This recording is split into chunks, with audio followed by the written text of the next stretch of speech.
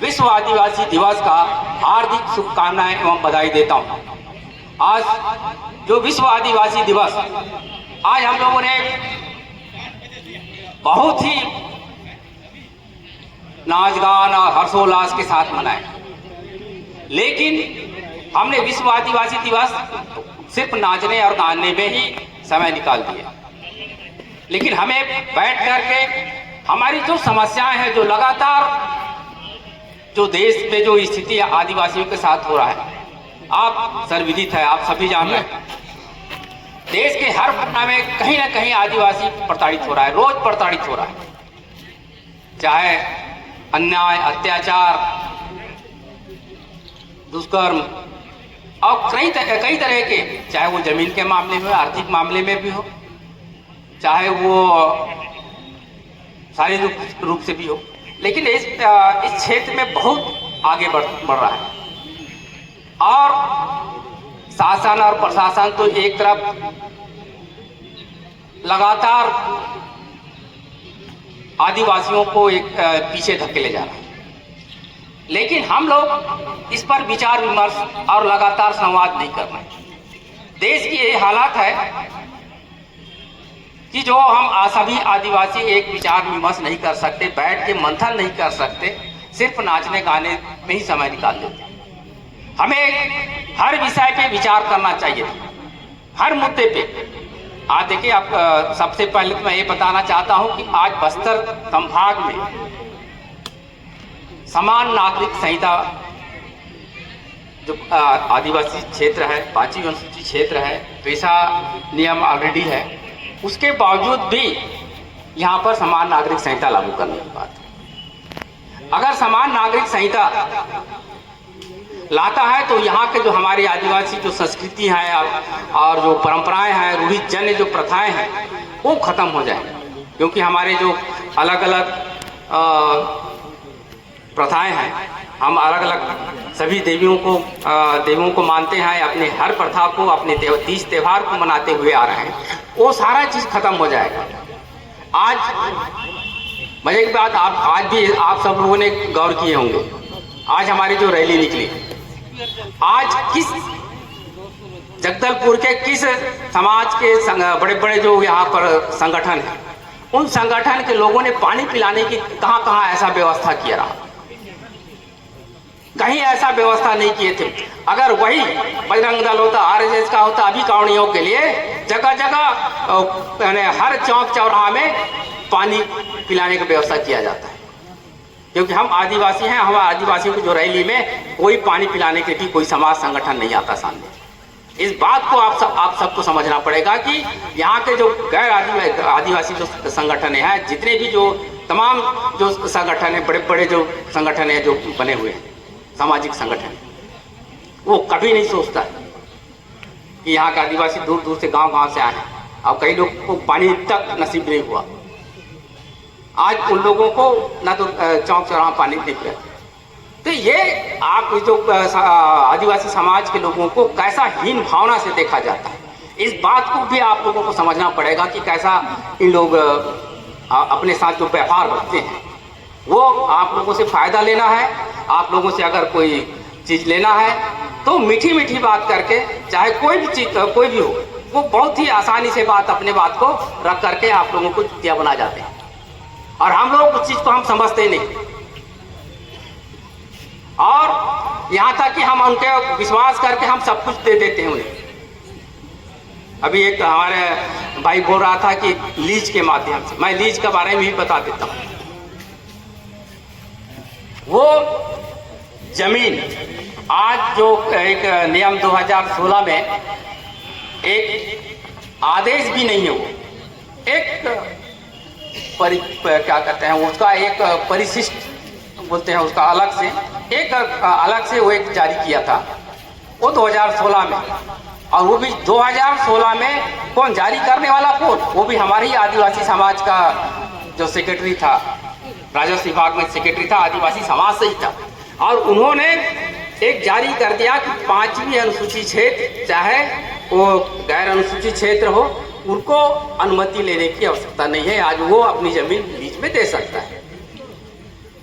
और उसी को आज जितने भी जनरल के जितने बाहर के लोग उस आदेश को देख करके कैसा कि 2016 की बात है, 2017 में 2017 मई, जबकि मई का आदेश है और उस आदेश को आप इम्प्लीमेंट तत्काल कर दिए। 1 जनवरी में ही एक लीज एग्रीमेंट हुआ, वो भी कितना 90 साल के लिए एग्रीमेंट होता है। 90 साल तक वो जमीन को एग्रीमेंट किया जाता है और 90 साल तक वो जमीन का अगर ये बोलेगा कि वो आने वाला जो पीढ़ी है उसका तो कई पीढ़ी गुजर जाएगा, वो आने वाला वो भूल जाएगा, जो आने वाला पैदा होगा बच्चा ना वो भूल जाएगा कि मेरा पुरखों का जमीन यहाँ था, कभी था या नहीं था, वो भूल जाएंगे। वो अपना तो घर बना, आज जितना भी लीज लिया 90 साल का लीज लिया है वो अपना पक्का सा बिल्डिंग बड़ा बिल्डिंग खड़ा कर रहे हैं। तो ये स्थिति है कि आज हम लोग कब समझेंगे, कब सुधरेंगे। और वही यहाँ के लोग, अगर कोई आदिवासी अगर बात करता है उसको पूछने भी जाता है कि आपको ये तकलीफ है या तो इसको हम आपका निपटारा भी कर दें, आपका जमीन भी वापस कर दें, लेकिन हमारे कोई भी व्यक्ति आदिवासी समाज के सामने या आदिवासी वर्ग के पास वो बताना नहीं चाहता है। ये हमारी सबसे बड़ी दुख है और हम चिंता करते हैं ऐसे लोगों का जो आदिवासियों के बारे में खुद अपनी संपत्ति आने वाला पीढ़ी के बारे में नहीं सोच सकता है। ऐसे खुदगर्ज लोग भी हैं हमारे समाज में, उनको भी हम लगातार लड़ाई लड़ रहे हैं। अभी बताओ, ये परपा का जमीन है, वो रोड किनारे की जमीन है, 1 एकड़ है, 1 एकड़ जमीन को वो लीज में दे दिया, वो 30 साल के लीज में दे दिया है और 30 साल में पूरा कॉम्प्लेक्स बना लिया, आप ऊपर में अपना घर बना लिया और रह रहा है।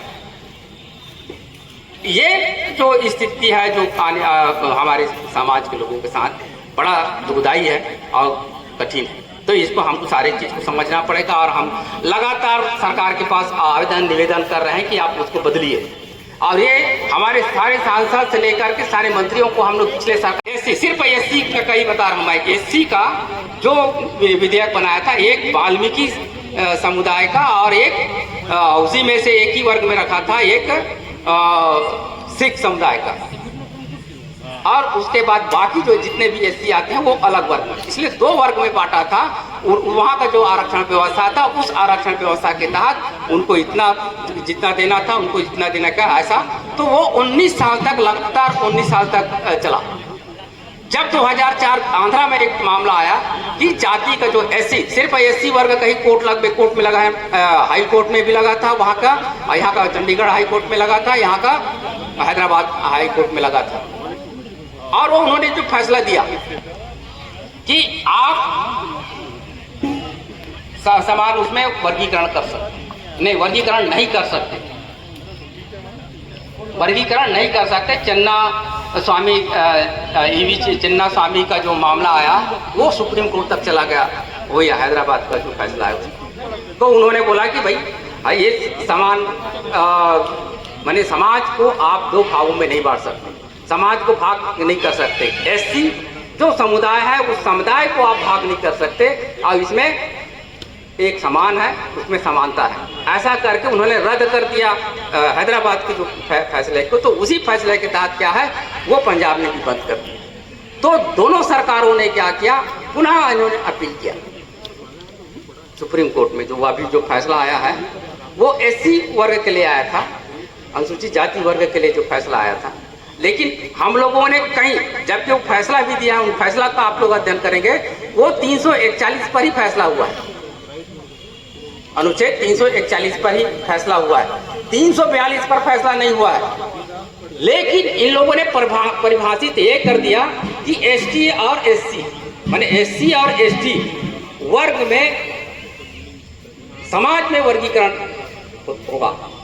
इसमें कोई समाज आपका अनुच्छेद 16 का हवाला देते हुए इन्होंने फैसला कर दिया। अब इससे क्या हो सकता है, समाज में जब बटेगा, समाज में ये आपस में बांटने की बात क्या है, इसमें आपस में टकराव होगी, समाज के बीच टकराव होगी।